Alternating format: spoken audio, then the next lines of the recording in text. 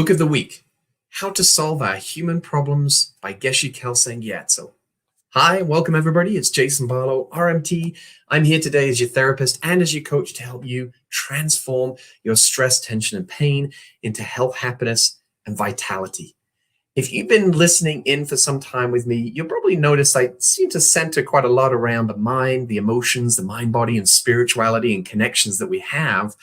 The reason being is I firmly believe with every fiber in my body is that it all starts with our mindset towards what's happening to us in our daily life. So especially from a pain point of view, if you've noticed when you sleep, you have no pain. You might have a dreamlike pain in that dreamlike body that you're experiencing at that time, but the normal day-to-day body that you're experiencing pain within has completely disappeared. And now you're in this dreamlike state. And it's only when you wake up that you start to maybe feel some of that tension and pain once again. And life cycles continue from that point. So that's actually teaching us something very profound, that when you fall asleep, what's actually happening is your mind is going into a much more subtle state of mind where the physical senses that you're used to have completely absorbed. The things that you normally see have completely disappeared. And now all you're experiencing is a dreamlike body, dreamlike experiences. And then there's definitely a window of time between the dreamlike and the gross waking experience where we have no particular awareness. But it's in that space where our real nature is actually being expressed. Bliss and emptiness, it is known within Buddhism.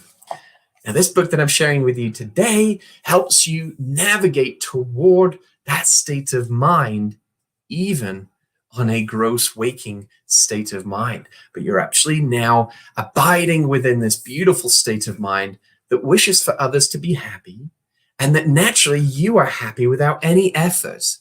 Anybody in for that one? Effortless happiness? Oh, I like that term.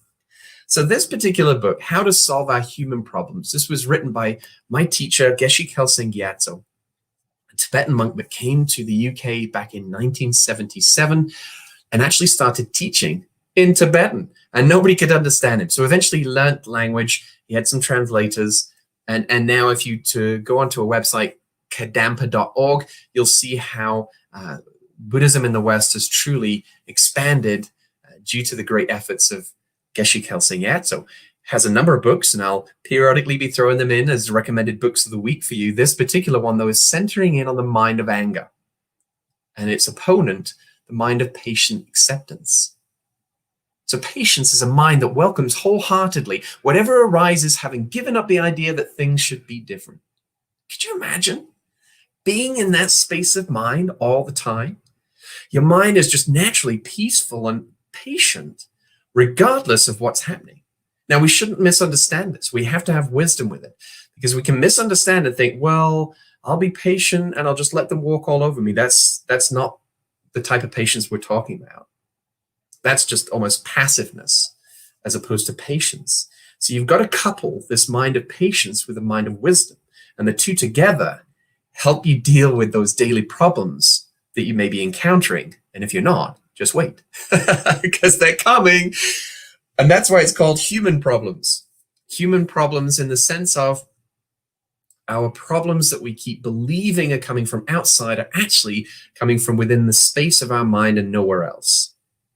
And when we first hear that, we're like, nah, my problem's definitely coming from those kids over there, from the dog not listening, from my workplace, from my boss, from the fact that I don't have a job, I don't have money in my bank account, my partner's not listening, my wife's not behaving, fill in the blanks, right?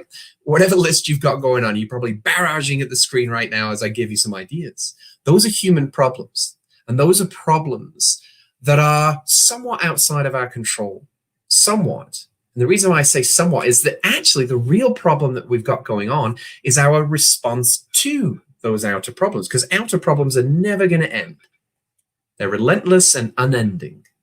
But we can actually solve them by solving the real source of our problems, which are our unpleasant feelings. And our unpleasant feelings are giving rise to these reactions of anger, irritation, frustration, depression, and the list goes on, because we're believing that if we just have this person, that thing, this car, this money, this bank account, this vacation, this job, And we keep looking outside ourselves for happiness, and we'll be happy once we have all these things just exactly as we want them to. For as long as we keep feeling that that's the way that we should be living our lives, we're going to be dissatisfied. And maybe right now, everything in your life is tickety-boo. Maybe everything's going exactly as you would like it. Wonderful. I rejoice for you. But there's going to come an end. We know that. Death is certain. The time of death is uncertain. Death is certain, and the time of death is uncertain.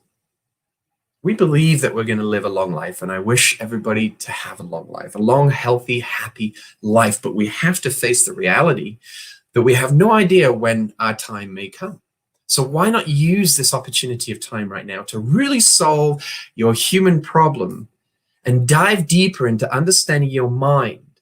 And that's the nature of this book, is it's giving you some brilliant tools from a Buddhist point of view on how to actually solve those two problems. Number one, inner problem. You can solve those with this type of information, this type of logical reasoning, the wisdom and compassion that can come from reading books like this. And the second problem just disappears naturally because you've solved the problem in its entirety, dealing with your own mindset and how you actually are choosing to respond.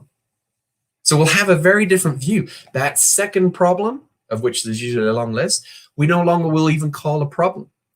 We'll call them opportunities for growth, opportunities to strengthen our mind, opportunities to practice compassion, or, as in the case with this beautiful book, opportunities to practice patience.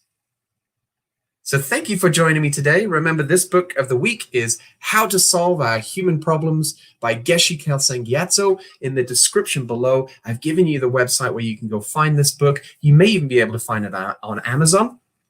If not, go check out the website below. Thank you for joining me. Remember, your muscle health is my #1 priority. If you're looking to conquer your stress, your tension, and pain, look no further than these types of books that help you conquer your mind, transform the way that you view the world, and live from more heartfelt, compassionate intention that wishes now for yourself to be happy, but equally, if not entirely, wishing and wanting others to be happy. Thank you very much. Have a wonderful weekend, and we'll see you guys on Monday.